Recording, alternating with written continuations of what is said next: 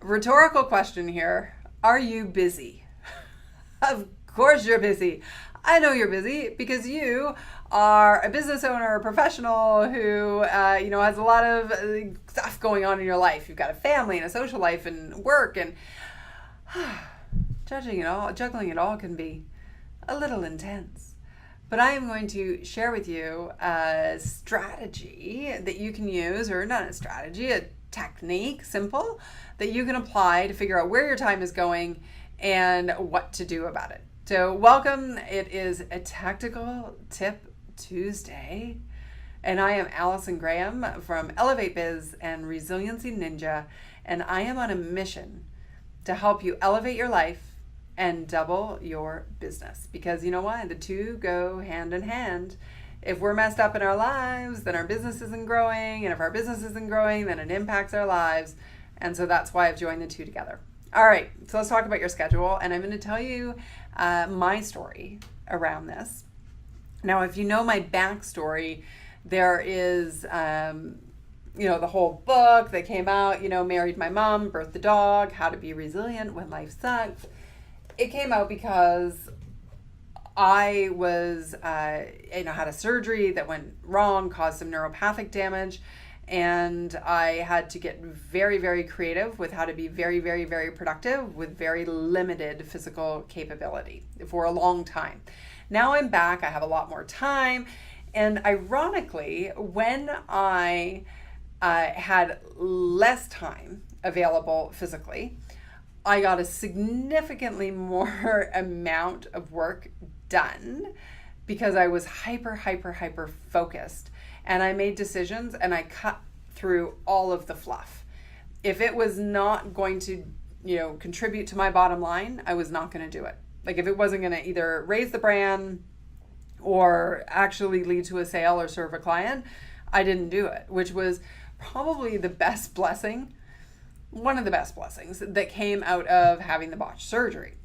But then I started to become more able-bodied and I started to deal with my pain, and all of a sudden I felt my life drifting again, and I was super, super busy, but not feeling like my days were productive. And at one point I needed to really increase my sales. But I would get to the end of the day and I wouldn't do anything that like pick up the phone and call a prospect or try to land a client. And so it was very frustrating. And I remember one day it was 5:15 and I looked up and I was on my couch and I was like, well, this is ridiculous. I did not get my sales calls made again today. Where did my day go? And so what I did was I actually wrote out everything I remembered that I did that day. And there were 16 items. Okay? And so I went through them and I was like, all right, so here's the breakdown. 8 of them I should not have, the 8 of them an assistant could have done. So they were important tasks, but not high value tasks, if that makes sense. So somebody else could have, they were valuable, but I didn't need to be the person to do them. Okay, somebody else on the team could have done it. There were 5 of them that I shouldn't have been doing anyway.